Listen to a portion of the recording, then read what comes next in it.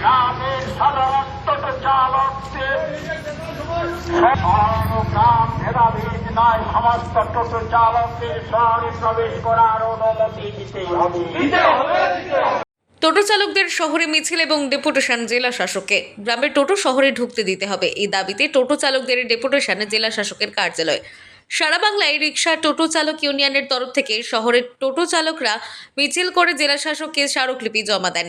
ডেপুটেশনকে কেন্দ্র করে জেলা শাসকের কার্যালয়ে কড়া পুলিশের ব্যবস্থা রপ্ত করা হয়। এআইইউটিইউসি জলপাইগুড়ি শাখার পক্ষ থেকে এই দিনে বহু টোটো চালক এই ডেপুটেশনে অংশগ্রহণ করেন। অতি শীঘ্রই সমস্যার সমাধান না হলে বৃহত্তর আন্দোলনে নামার হুমকি। পৌরসভা এবং প্রশাসন মিটিং করে তারা 1 সেপ্টেম্বর থেকে গ্রামের কোনো টোটো শহরে প্রবেশ করতে দিবে না, যেহেতু ওরা বলছে যে শহরে তারা নাকি গ্যাঞ্জাম হচ্ছে। আমরা বলছি যে গ্রাম শহরে ভেদাভেদ নয়, সমস্ত টোটো চালকদের শহরে প্রবেশ করতে দেওয়া হোক।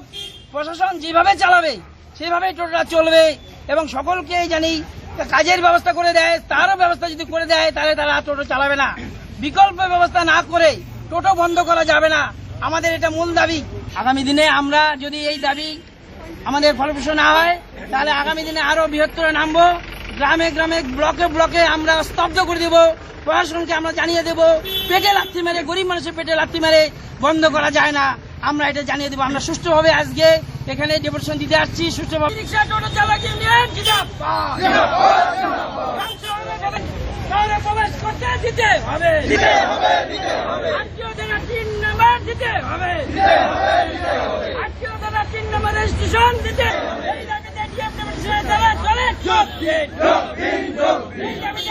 জলপাইগুড়ি থেকে কনক অধিকারের রিপোর্ট, আনন্দ বার্তা।